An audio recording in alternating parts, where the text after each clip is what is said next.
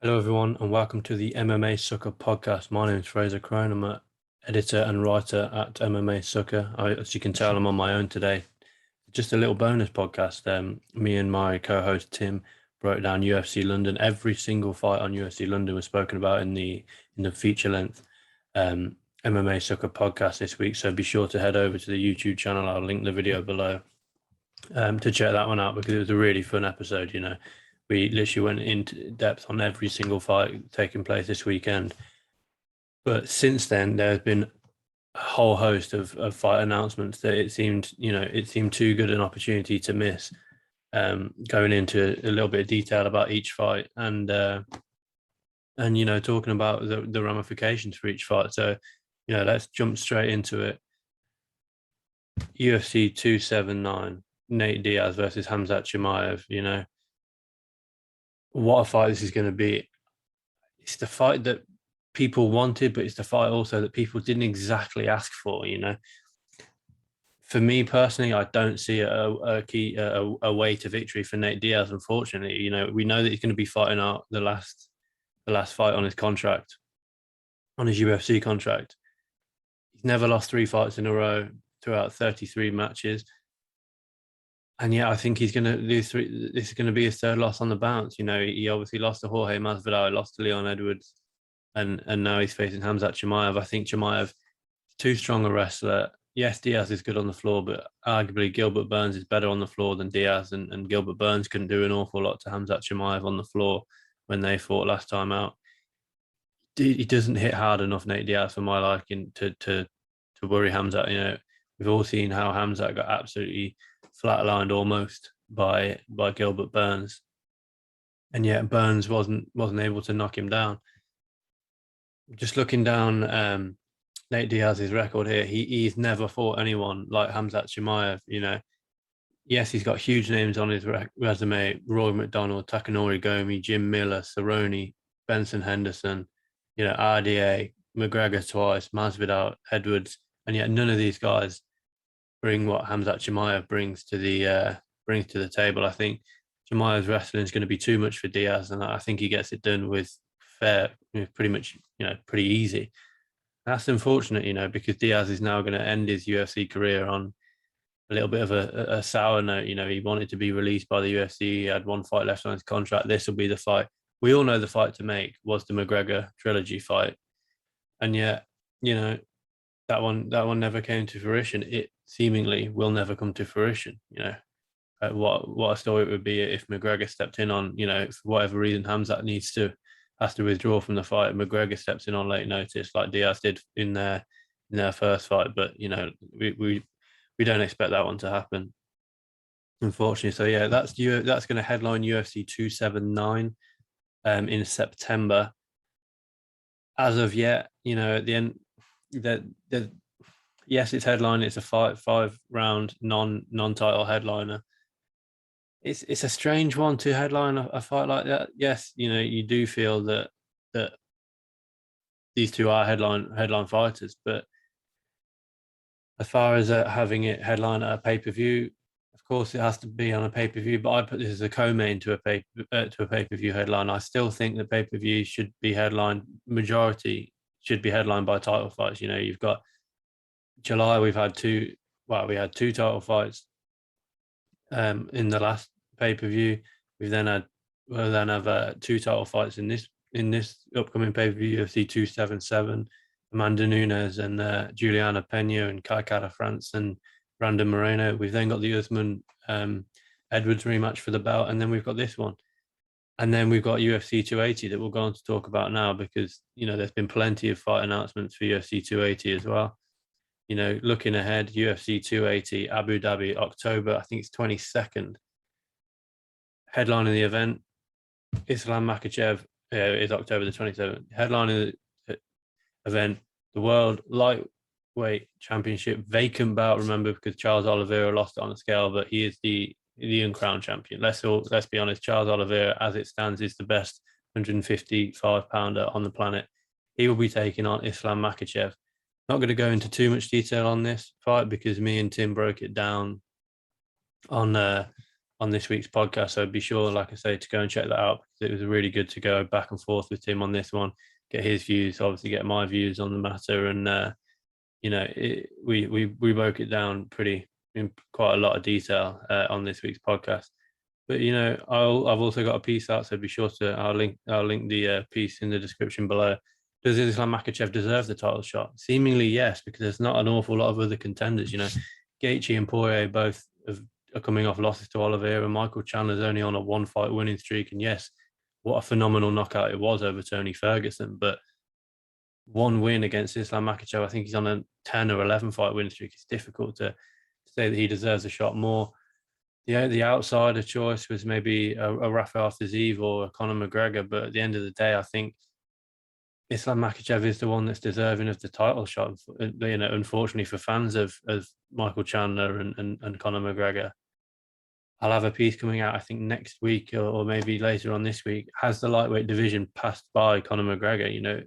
We'll go on to talk about another fight announcement in the lightweight division in a second, but it's seemingly that the division has passed McGregor by. He's been out. He looks huge. It's unlikely that he's going to return at lightweight, or probably return at welterweight. But he used to be the big player. Everyone used to call him out, and yes, people are still calling him out, of course, because that's the money fight. But realistically, the division's passed him by now. He's not irrelevant in the division because he's always the money fight. But as far as being competitive concerned, the division has passed McGregor by.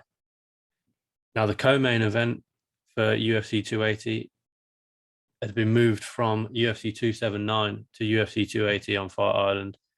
What a co-main event. This is not official, but it's very much heavily rumored. Brett Okamoto has said that, it's verbally agreed to. So, we'd assume that this one's going to go ahead.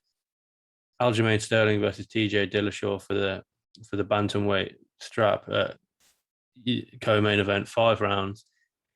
I really like this fight. I don't think Dillashaw should be getting a title shot, because I think unfortunately once you, in my opinion, once you take PEDs, yes, he's had his ban, and he's sort of he's paid the consequences. But once you pop for PEDs like Dillashaw did, I don't want to see him in a title shot, to be honest. He's coming off one, he's coming off one win, which, yes, what a win that was against Corey Sandhagen, but it was a very close fight. It was a split decision. Me and Tim on the podcast at the time went back and forth who should have won that fight. It was a really competitive fight, and coming off the back of that, he did have the knee injury. His first fight, post PEDs, we don't know how long. He only did get popped for that Henry Cejudo fight down at flyweight, but we don't know what impact not being on PEDs had on his body. And unfortunately for Dillashaw, there's still those questions to be asked. But we'll just dive into the record. He's got a record of 18-4 with the losses coming to Henry Cejudo, Dominic Cruz, Rafael Assunção, and John Dodson back in his sort of UFC debut on the Ultimate Fighter finale. If you look at his run to his first title shot, you look at his run as champion. He beat Renan Barão. He beat Joe Soto on late notice. He beat Renan Barão again. He then lost to Dominic Cruz. He came back at UFC 200 and dominated Rafael Assunção. He dominated John Lineker. He knocked out Cody Garbrandt twice in a row, then dropped down to flyweight. TJ Dillashaw is an absolutely solid fighter. He lands an average of 5.26 strikes per minute, an average of 1.63 takedowns per 15 minutes. Takedown accuracy of just 30%. So, I don't expect him to be shooting for an awful lot of takedowns. He landed 2 of 19 attempts on Corey Sandhagen. Now, you look at Aljamain Sterling. Aljamain Sterling will look to get the fight to the floor. That being said, he's got a takedown accuracy of 21%, which is, if we're honest, it's pretty poor. Against Petr in their second fight, he landed 2 of 22 takedowns across 15 minutes. But what's important is what he did with those takedowns. He landed 1 takedown in the second round and controlled his opponent for 3.5 minutes. He then landed 1 of 4 in the third round and controlled it for 3 minutes and 43 seconds, and then he didn't land a single takedown in 10 attempts in the final round. I think that was just arguably due to fatigue. But Aljamain Sterling is going to look to get the fight to the floor. He's got a takedown accuracy, like I say, of just 21%, and Dillashaw's takedown defense is 86%. So I think if this one is going to be conducted in if this is going to be a bit of a wrestling match, on paper, TJ Dillashaw's got the edge. He's got a takedown accuracy slightly higher at 30%, still pretty poor, but he's got the takedown defense of 86%. Aljamain Sterling's takedown defense is 41%. So that is over half worse off, as it were, than that of Dillashaw. A better way to put it would be that Dillashaw has got double the percentage of takedown defense than Aljamain Sterling. As far as the striking range, we know what Dillashaw's striking is like. It's difficult. It's awkward for his opponents, that is. He comes from that Bang Muay Thai background now, training with Dwayne Ludwig. He can hit hard, Dillashaw. We've seen it against Cody Garbrandt, and he's good at timing his shots. And I think that's going to be a real, Aljamain Sterling is now used to fighting these heavy hitters. He's gone back-to-back fights with Petr Yan, and Petr Yan's a scary dude. He's a difficult guy to game plan for because of its power. But I imagine that if you're Aljamain Sterling, you don't approach that fight like you did Petr Yan. I think he's more willing to stand in the pocket with TJ Dillashaw, because I don't think Dillashaw hits as hard as Petr Yan. But I think I do think it's going to be a phenomenal fight. I can see it going the full 25 minutes. And it's a difficult one to call, Dillashaw's probably got, despite the fact that Sterling has got more fights, Dillashaw's got more high-level fights, arguably. And we've seen holes in both of their games. Me and Tim will obviously go in depth on the fights themselves, closer to the time. But this is a really good fight, and it probably makes sense in the division. Now, another absolute blockbuster, another fight that we didn't think that we'd see, to be honest, announced for UFC 280. Petr Yan versus Sean O'Malley. Now, this, again, is not official from the UFC, but it's verbally agreed to. Sean O'Malley agreed to it on I think it was on a podcast. His coach, Tim Welsh, has said, it's time to roll the dice. Fair play to Sean O'Malley, because personally, I don't think Sean O'Malley is going to be the bantamweight, featherweight, flyweight, whichever sort of division he decides to roll the dice at. I don't think he's going to be the champion. I think there's too many holes in his game, and he hasn't really been tested. Yes, I think he's 15-1 with 1 no contest, and yet he still hasn't fought that high level fighters. The two best fighters that he's fought, he's had problems with: Marlon Vera, who obviously he lost to in the first round, and Pedro Munoz, which last time out ended up being a no contest. With that being said, he's phenomenally talented, but I just don't think that he's got the high level experience to be a champion. But why not roll the dice against a former champion, one of the scariest guys in the division, in Petr Yan? Fair play to Petr Yan for taking this fight, because it does nothing for Petr Yan. A win over Sean O'Malley for Yan really doesn't do anything. Yan's ranked number 1 in the division as it stands, and Sean O'Malley's ranked number 13. If I'm Petr Yan, I'm calling for a fight, with Marlon Vera, who's number 5, with Rob Font, who's number 7. These guys are higher up in the rankings. Yes, they're not as maybe an attractive fight, but they get Petr Yan, a win over Marlon Vera probably gets Petr Yan another title shot in a fairly shallow, it's shallow as far as a lot of the guys are booked up already. As far as talent is, no way is it shallow. You've got Ricky Simone ranked number 11, coming off one of the biggest, the biggest win of his career, in my opinion, and one of the best performances against Jack Tank Shaw last weekend. Sean O'Malley, I didn't think he'd even take the Ricky Simone fight because there was too much risk in that fight for him.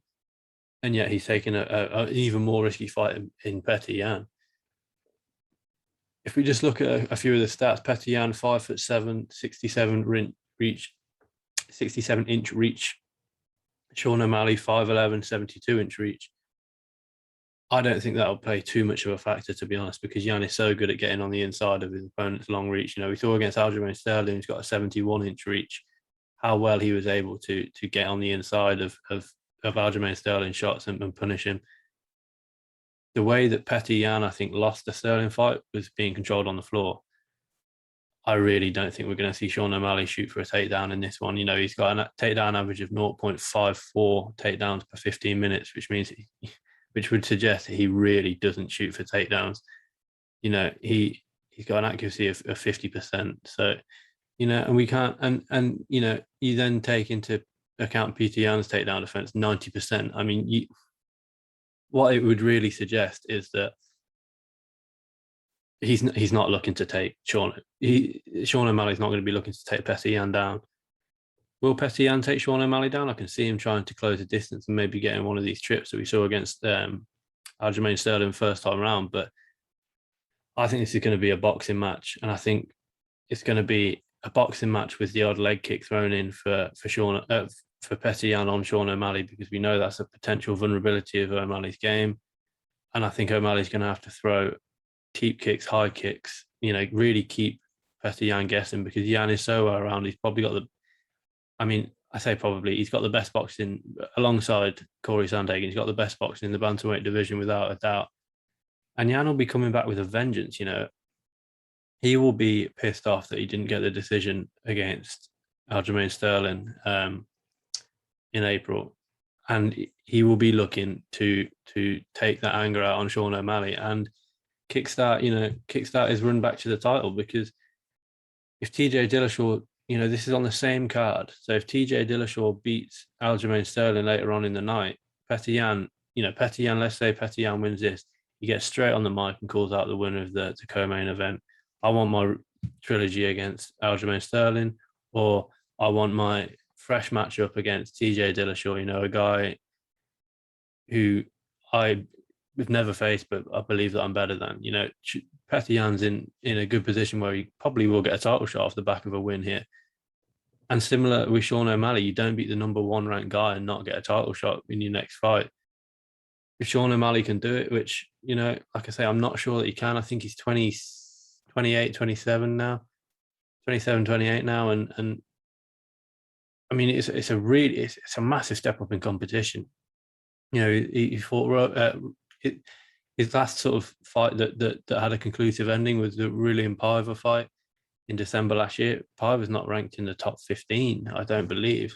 No, he's not ranked in the top 15 at bantamweight, and he's a former flyweight. Pedro Munoz, he's ranked in the top 15, but he's ranked number 9. But they're worlds apart, Petr Yan and Pedro Munoz, and for the fact that he didn't decisively beat Pedro Munoz and wasn't dominating that fight, I've got so much respect for Sean O'Malley to now take on Petr Yan. In my opinion, the reason that this fight is being put on this card, because this is a fight night headliner 7 days a week. I'd argue this is even a big enough fight to be a 5-round co-main event, non-title fight, like we saw Nate Diaz and Leon Edwards. I think this is big enough. The only reason this is a 3-round fight on the, you know, of course it'll be on the main card, but sort of on the undercard of the main card, I believe that the UFC are trying to cover their own backs. If Aljamain Sterling or TJ Dillashaw pull out of that fight, the likelihood is that Petr Yan will step straight in and into that fight as a replacement, and Sean O'Malley will potentially find another opponent. Fingers crossed that doesn't happen, because, you know, the co-main event is so strong between Sterling and Yan, and this fight is a real banger. But I think they're putting contingency plans in place just in case one of the guys in the co-main event pulls out. You've got that replacement on the card already. And that is a similar reason as to why I think the next fight has been made and put on UFC 280. Mateusz Gamrot versus Beneil Dariush at lightweight. I like this fight. This is the fight to make. You know, Gamrot ranked number 9, Beneil Dariush ranked number 6. Both guys enjoying big win streaks at the moment. Beneil Dariush hasn't lost since 2018 when he lost that freak sort of, he fought Alexander Hernandez, and Hernandez came in and knocked him out in the first minute. Since then, what a run it's been for Beneil Dariush. Beat Thiago Moises, beat Drew Dober, beat Frank Camacho, Drakkar Klose, that crazy comeback against Drakkar Klose. Scott Holtzman with a spinning back fist. Diego Ferreira in the fight of the night. And then last time out, absolutely dominated Tony Ferguson. 30-27s across the board. And he did to Tony Ferguson what few people, have ever done, is controlled him on the floor. Only Charles Oliveira and Beneil Dariush have been able to really control Tony Ferguson on the floor and avoid all of Tony Ferguson's, submission attempts. We saw Kevin Lee control Tony Ferguson on the floor and then get caught in a triangle, and Beneil Dariush didn't do that. Now, for me, Dariush is a dark horse of the division, but he's also the forgotten man of the division. He was supposed to be fighting Islam Makhachev in March, and yet that one never went ahead because he broke his leg. Beneil Dariush, that is. A win over Makhachev would have put Dariush in a title shot. There's no doubt about it. And now he's got dropped slightly down in competition. With a win over Gamrot might not even get you a title shot, but it's a very, very risky fight for Dariush. Brett Okamoto, I think the winner of this one is scheduled for a title shot, but we know in the world of the UFC that doesn't matter. If a bigger name comes up and requests a title shot, that's the way the cookie crumbles, unfortunately. But the assumption is that Beneil Dariush will look to take this one to the ground. He's landed plenty of takedowns throughout his career: 3 against Tony Ferguson, 5 against Diego Ferreira, 4 against Thiago Moises. He's got a phenomenal black belt, and there's a lot of people with black belts. Beneil Dariush's black belt is completely legitimate.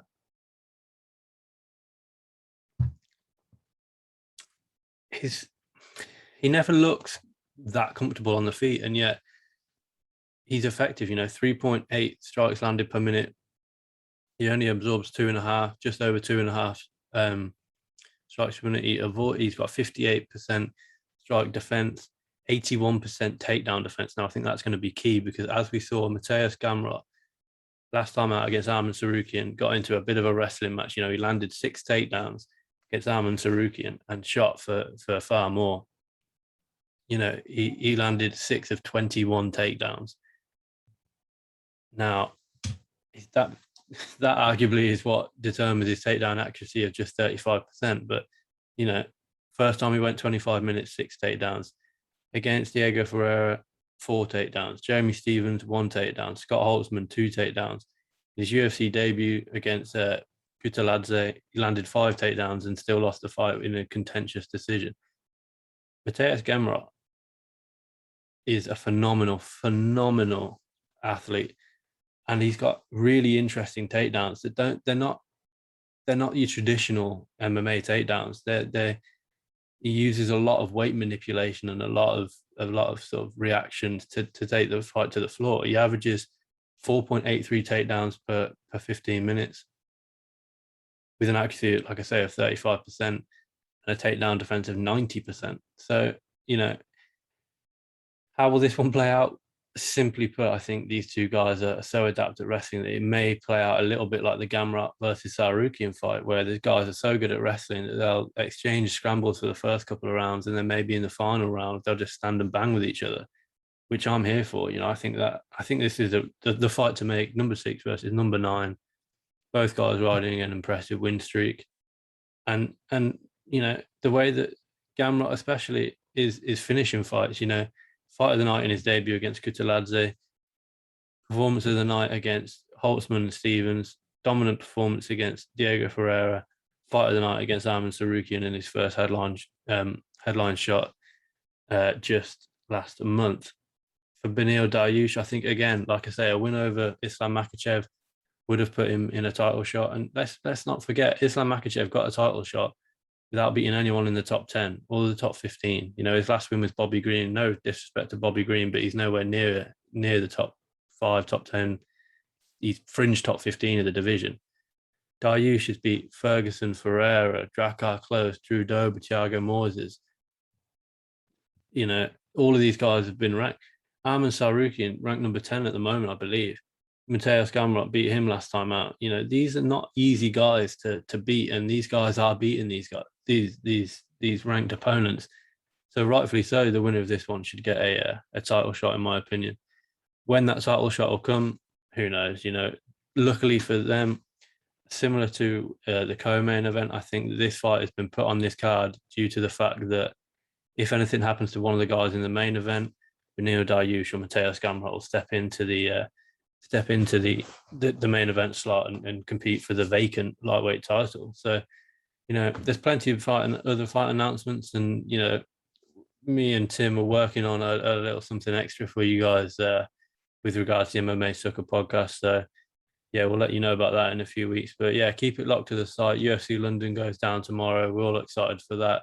I'll be live tweeting about the event, and we'll try and drop a few articles, you know, instant reaction articles to that. And then, of course, we'll be back on Monday for the full length MMASucka podcast, going in depth on every UFC London fight and looking ahead to UFC 277. So thank you very much. You can check out more of me, Frazer Krohn, writing on Instagram, Frazer_Krohn on Twitter. Of course, be sure to like the video, share it if you want.